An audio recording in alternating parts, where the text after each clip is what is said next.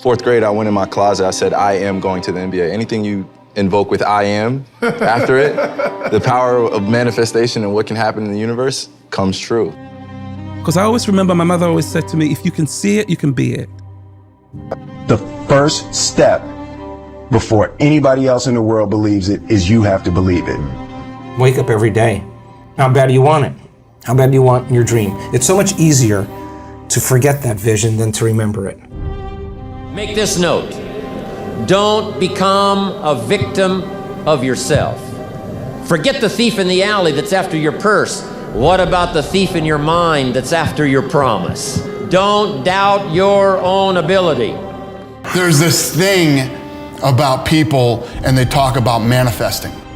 It's f***ing real, man. Manifesting is real. When you figure out who you are and what you want to do, and you devote your life to it like a maniac, like you're all in on this thing, and you manifest, most of these people end up doing what they say they're going to do and being who they say they're going to become. It's real. Anything's possible. Anything's possible!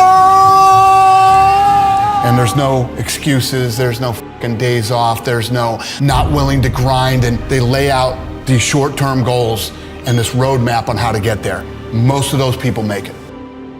Anytime you want to, you can say, I'm going to change my attitude. I'm going to change my abilities. Take on that as your God-given right to change your life to whatever degree you want it to change. Everything comes from the imagination. So the power of the mind, people don't understand. We still don't understand. I still don't understand how powerful it is. I'm still learning. But I know one thing is I can make things happen. The question is, will you put the work in that is required to manifest? I'm just wondering if there's anybody here that wants their future, that wants to fulfill their destiny, that wants to manifest, that wants to walk in discipline and determination. I'm just wondering, is there anybody here that's willing to disappear? In the core of your being, do you realize that you're a star? Yeah, I always knew so. I knew I wasn't going to be regular. I just knew like I was going to be great at something. I didn't know what it was, but I knew I was gonna be great at something. I just knew. Bro, I can manifest like a motherfucker. Think and Grow Rich by Napoleon Hill. There was a book and it said, think and grow rich. And I remember going through the pages and reading the principles. The foundation of this is anything the mind can conceive and believe it can achieve. Whatever the mind can conceive and believe, the mind can achieve, regardless of how many times you may have failed in the past or how lofty your aims and hopes may be. Manifesting is real. Now, whatever you send into the universe sends right back at you. And when it's coming back, that's your law of attraction. It's a choice. It's a matter of the heart. That your mindset could change your whole atmosphere. That you can turn your mess into a message and your test into a testimony. Everything comes from the imagination. A lot of people were surprised when they found out that you've been signing your name as Champ 2011. How did that come about? I believe in the law of attraction, and I believe that that you can speak things into existence. And I believe that when you know where you're going and you know what you want, the universe has a way of stepping aside for you. And me signing my signature with Champion 2011 on it can't hurt me. It can't hurt me. It could only help me to believe it even more. I feel confident because I'm the best player in the world. It's simple. I wrote myself a check for $10 million per picture. This is by Thanksgiving 1995. That's the actual check I wrote myself 4 years ago, and that's so I'm kind of here to say that visualization does work. I've manifested things that I'm just like, I still shock myself, like, how the f did I make that happen? And this is not even to do with fighting, this is to do with my personal life. And I'm like, I made that happen. And this is through this like manifesting subconsciously as well. Just years of something just manifesting, and boom, it's right there. I'm just like, shit, I really made that happen. It's scary, man. It's scary for me to even think about. You attract, not just what you feel, you attract what you feel, what you are, what you attract. What we really want seems impossibly out of reach and ridiculous to expect, so we never dare to ask the universe for it. I'm saying, I'm the proof that you can ask the universe for it. Unpack the gift of the present and let the future be your motivation. Everybody is looking to manifest. We're all looking to manifest something. We'll lose sleep to manifest, and we'll work 2 or 3 jobs to manifest, and we'll study for hours in a day to manifest. We are all looking to manifest something. Let me call your attention to a great power which is under your control. A power which is greater than poverty, greater than the lack of education, greater than all of your fears and superstitions combined. It is the power to take possession of your own mind and direct it to whatever ends you may desire. I went home and I prayed for a bicycle, and then I got a bicycle. Showed up in my living room. Brand new Mustang bike. I put it in one of the scenes in Eternal Sunshine. A Mustang bike with a banana seat. I manifested it.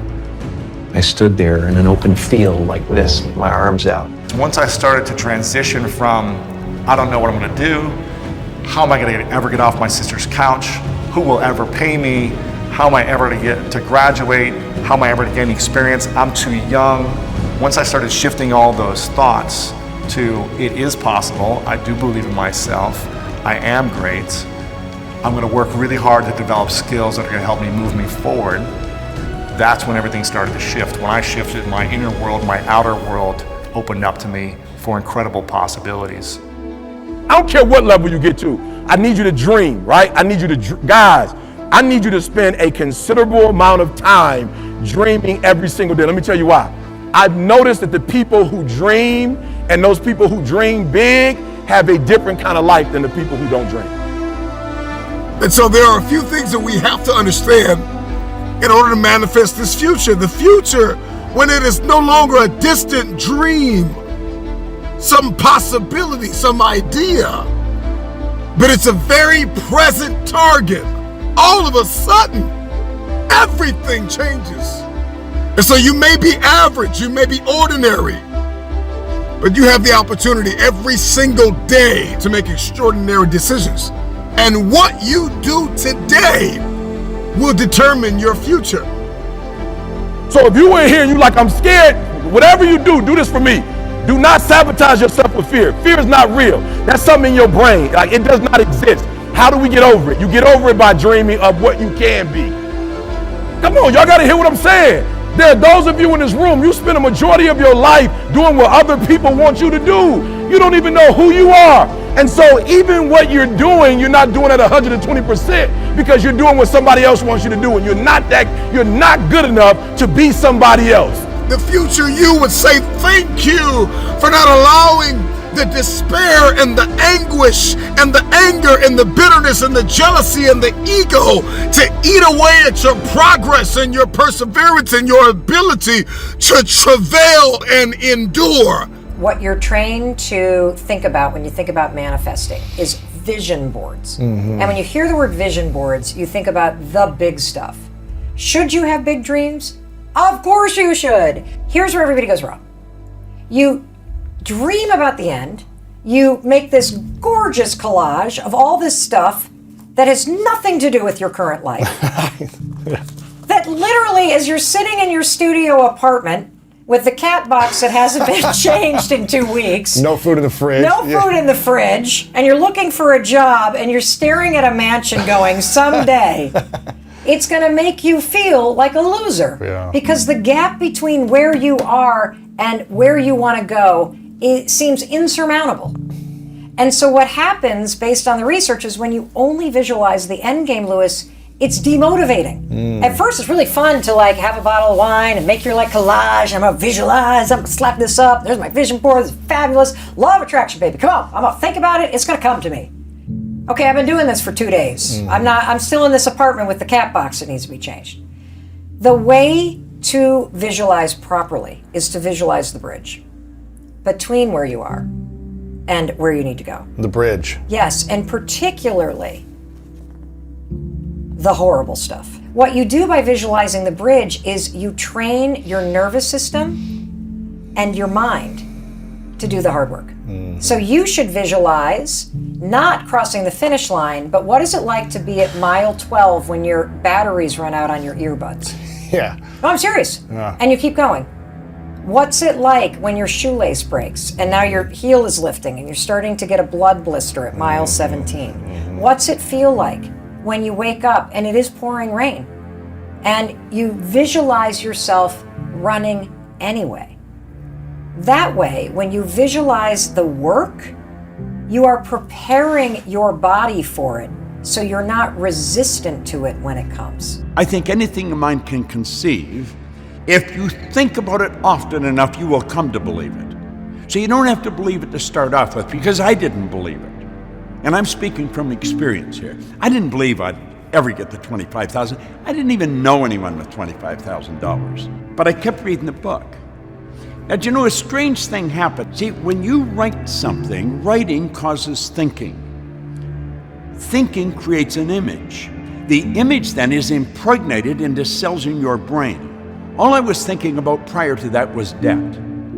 If a person has a goal of getting out of debt, they will probably stay in debt forever because that's what you think about. And whenever you think about and get emotionally involved with, you're going to attract. You get on a frequency that it's on and you attract it. I kept reading the card and I started to think of earning money. Now, many people would say, well, weren't you thinking of that before? No, I was thinking of debt.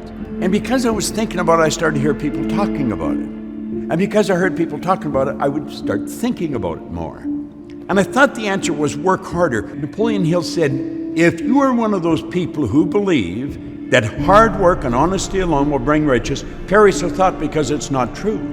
Within a year of picking up this book, with no formal education, I had 2 months high school. I had no business experience. So you see, they were good reasons for not winning, and I bought into it. But Ray told me, he said, Bob, that's why you can't win. How about all the reasons why you can? That I'm not powerless, I'm not unmanageable, I can control my life, I'm gonna get rich. And so if I could just stay busy, okay, if I could just have a place to work every day and something to do and somebody to call and somebody to be in front of, that was my big fear. My big fear was that little white pill. I threw those in the trash that night. Never would use another one again. And I just made a decision that day not to quit, not to be powerless, not to be unmanageable, but to be somebody. And I've been doing that since I was 25. Every day waking up, today I'm gonna be somebody.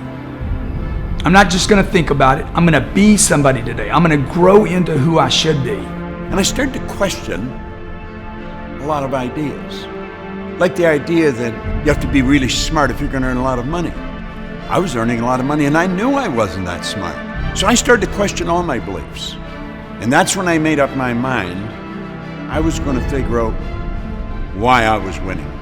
I did not believe that there was an emotional or capricious God that reached out and said, let's let Bob have a turn. I didn't think I was lucky, but I thought somebody has to know why I win, and I'm going to figure it out. And I started to study. He said there's a difference between wishing for a thing and being ready to receive it. No one's ready for a thing until they believe that they can acquire it. He said the state of mind must be belief and not mere hope or wish. So then I think, well, how do you believe? Where do your beliefs come from? Do you just say, I believe? There's more to it than that. Our belief system is based upon our evaluation of something. And frequently, if you reevaluate a situation, your belief about that situation will change. And suddenly, I realized I'd figured it out. It had taken me 9.5 years from that day in London trying to figure out why did I change. 9.5 years later in the restaurant, it dawned on me. My belief system had changed because I was reevaluating who I was. No amount of reading or memorizing makes us successful. It's the understanding and application of wise thoughts that count. So I started to study this from a totally different perspective. And when I did figure it out, I started to understand Napoleon Hill better. Because all he wanted to do was teach it. And when I got it figured out, that's all I wanted to do was teach it. I think that there's a certain delusional quality that all successful people have to have. But before you can ever reach anything, you have to believe it. You don't just mistakenly become great at something.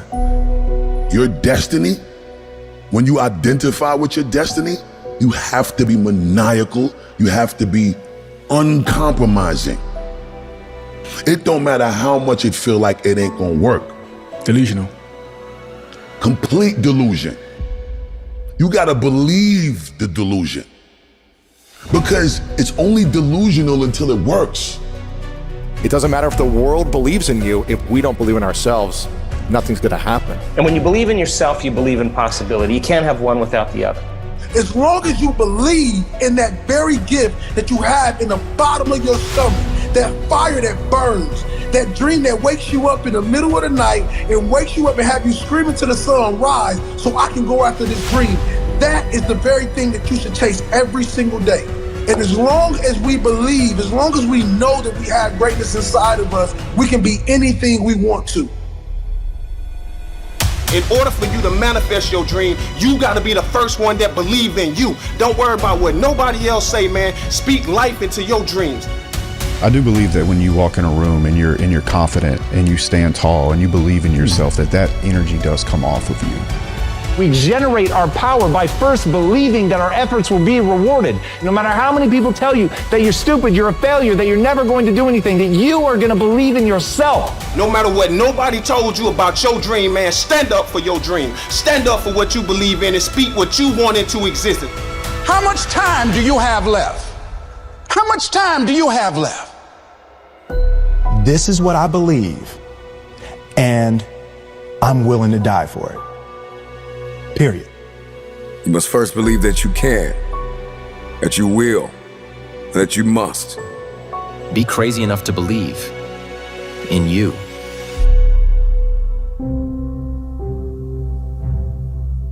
The madness of impossibility, the lie. Somebody lied to you and told you that it was impossible. And the only difference between people who lose and people who achieve is the person who achieved tried one more time. I'm convinced that we are a generation that gives up too easily. I need you to examine your capacity now. Examine your perspective now. The power is in your perspective. The power, the difference between those who make something happen and those who do not is wrapped in the truth and in the power of their perspective. Your perspective can either become your prison or your passport. It can either arrest you or release you. One of the things I have realized, and many of us have, if you want something out of life, if you want to change yourself, if you want to acquire something, if there's some goal that you want to reach, that is really not easy as some people will make us feel. That living your dream, changing your behaviors, overcoming negative habits, it's challenging. It's hard. What will it take for me to get some of the things that I want? It's very important that you engage in an ongoing process to develop you. Spend more time on yourself than what you've been spending. So decide that you're going to take some time to work on you, that you deserve that from yourself, that your life deserves some prime time, because you are creating your own production. As Michael Todd would say, you are the star of your show. You are the director. You're writing the script. And you will determine whether your life is a smash office hit or flop. You determine that. No matter how much the world tries to hold you back, always continue to believe that what you want to achieve is possible. You know, believing you can do something successful is the most important step in actually achieving it. You can do and be anything that you want, no matter what you've been told and conditioned to think growing up. Start from today to believe that you can. I believe possibility is destiny, and it is fear that keeps us arrested and apprehended by the spirit of impossibility. Impossibility doesn't even exist once you shift your reality, once you understand the power of perspective. The word itself says, I'm possible. Every time somebody told me I could not do something, I had a decision that I had to make in order to achieve what they said was impossible. Don't just let life happen to you. Create the life that you want. One choice, one action, one day at a time, because in the end, your life is nothing more than the sum of your choices. You've got to sell yourself every day on your abilities, on what you're doing, on the goal that you want to reach. You've got to sell yourself every day, every day, every day. Whatever we have right now, whatever we're demonstrating in our lives, is a result of what we believe subconsciously that we deserve. And part of increasing that belief level is that you have got to convince yourself every day.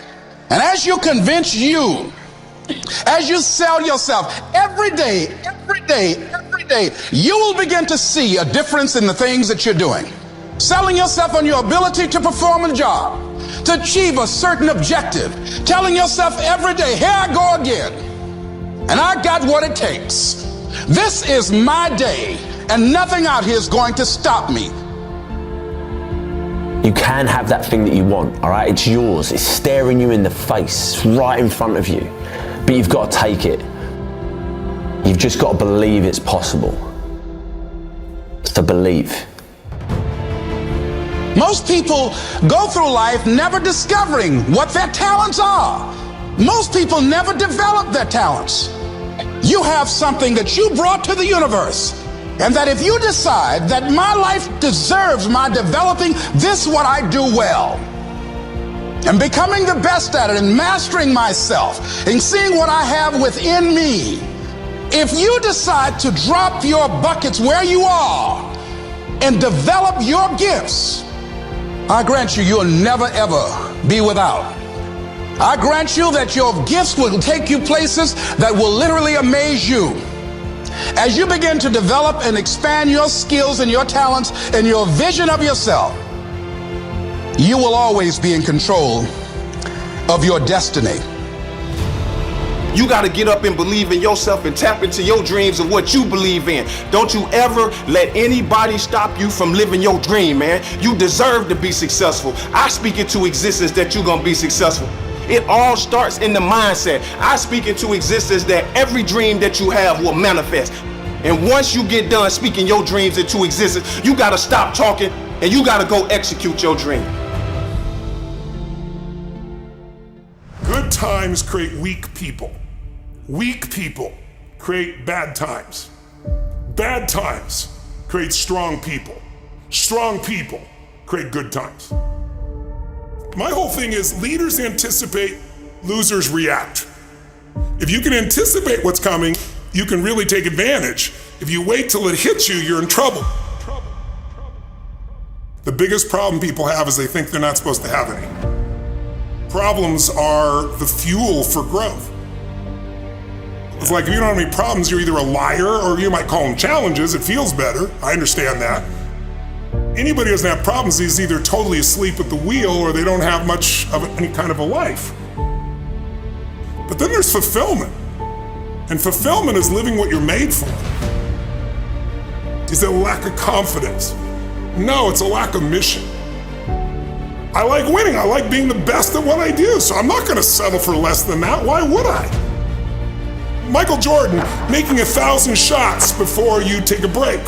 So you look at Jordan or you look at, LeBron or you look at anybody who's the best in the world at what they do and you go, aren't they lucky? But if you actually study them, you'll see they're doing things, they're practicing in private things that make them certain in public and they get rewarded for what they do in public. Yeah.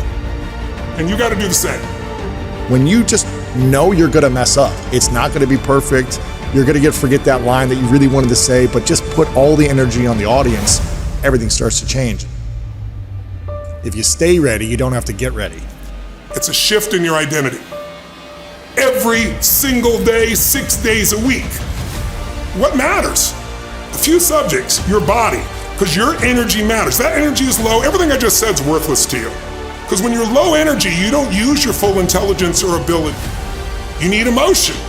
If you don't know how to master your emotion, emotions start wars. Emotion creates peace. Emotion gets you children. Emotion is what can make that business work or fail. And most people don't know how to direct their own emotions. Let me be conscious about feeding my brain things that are going to give me not only inspiration, but insight and skill and tools. 68% of the Fortune 1000 were started in either a recession or a depression. Well, the first skill you gotta master to be great is the ability to recognize patterns. When humanity recognized the pattern of the seasons, the whole world changed. Because we went from hunter-gatherers trying to survive from place to place where we're exposed to everything, to wait a second, if we plant in the springtime, we protect in the summer, we reap in the fall, and then we hang on to some of that so we can live through the winter. That created communities for the first time, and then eventually cities and states and countries. So that changed the world. What'll change a person's life is when you realize there's also a set of seasons in your own life. And so think of it this way, 0 to 21 is springtime. Things are easy to grow in springtime. You don't have to do that much. Growing as a kid happens naturally. But overall, life is supporting you. It's sending you, teaching you, sharing with you. Now, when you get from 21 to 41 or 22 to 42, whatever range you want to talk about, you now are in the real world. And now you go test what you learned in your springtime. So you start to learn, test, figure out what's real. And it's an important stage of life.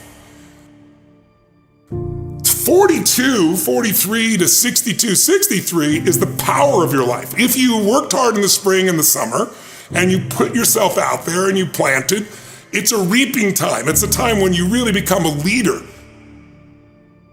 And then if you're lucky, you go from 63 to 83 and maybe 83 to 103, and you have an extended final season of your life where you get to be the mentor, you get to share. You get to make a difference. And maybe towards the end of your life, people look out for you again after you looked out for everybody else. That's kind of the cycle of life. What if you're born in 1910? World War I ends, the world looks like it's a great place, new technology, cars, radio, and then what happens? An explosion of abundance, the roaring 20s, and so you're a kid, you're 14, 15 years old, and you're like, I can't wait to get a car, to go. But what happened when that person hit the next stage of life at 19, 20, 21 years old? As they came of age, it's 1929. And suddenly, people are jumping out of buildings, total depression, dust bowl, nobody's got jobs. It looks horrific, and it was horrific. But did they get a break? No, when they turned 29, it's 1939. It looked like the whole world was gonna end. Hitler was sweeping across Europe, bombing London. It literally looked like the world as we know it was over. This is what gives me great optimism for everyone watching here. Winter's not forever. No pandemic lives forever. Everything changes and everything ends. And the good news about winter is it's always followed by springtime. What follows the night? The daytime. What a cool way to set it up if you were God or the universe. The first thing I do every single morning is I go in freezing cold water. And when you jump in, it never feels good to go in, but getting out, you feel incredible. But I do it for a different reason. I do it to train my brain to say, when I say now, it means now. When I say go, we go. I don't stand there because it's cold and go, maybe in a minute when I'm ready. But I always do it because I've trained my brain, this is how we work. And if you train your brain to do that every single day, then it'll do it on the more difficult and important things in life. But the essence of it is, I change my body radically, and I do 3 things to make sure that my brain is primed. And what I mean by primed is, most people think their thoughts are their thoughts, Lewis, and you and I know better. Most people just don't understand that you are being primed all the time, and unless you prime yourself, you're gonna be primed by the environment. So I wanna take control of my brain, so I do 3 quick things. 1, I take 3 minutes of those 10 minutes, after I've changed my body, and I focus on 3 different events in my life that I'm grateful for. I usually pick 2 big ones and 1 small one. It could be as simple as a smile on my daughter's face, and it changes your biochemistry.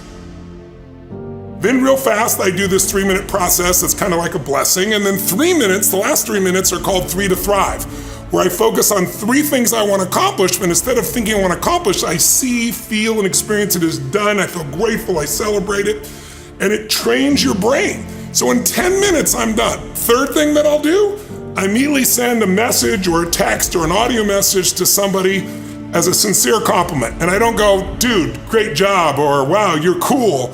I say, hey, listen, I saw you on Tuesday with those kids, and I saw you take that extra 20 minutes no one else did. And I just want you to know, I saw that, I thought that was incredible. So I'm always very specific so they know it's not just some positive thinking bullshit call, it's sincerely doing it. It makes me constantly look for the good in the people I work with. Fourth thing I do is whatever I don't want to do, the most challenging part of the day. What's a story we all love? It's the comeback story. It's the comeback, it's the Rocky, it's that music where all of a sudden you step back up and you take control and rock. Good times create weak people. Weak people create bad times. Bad times create strong people. Strong people create good times.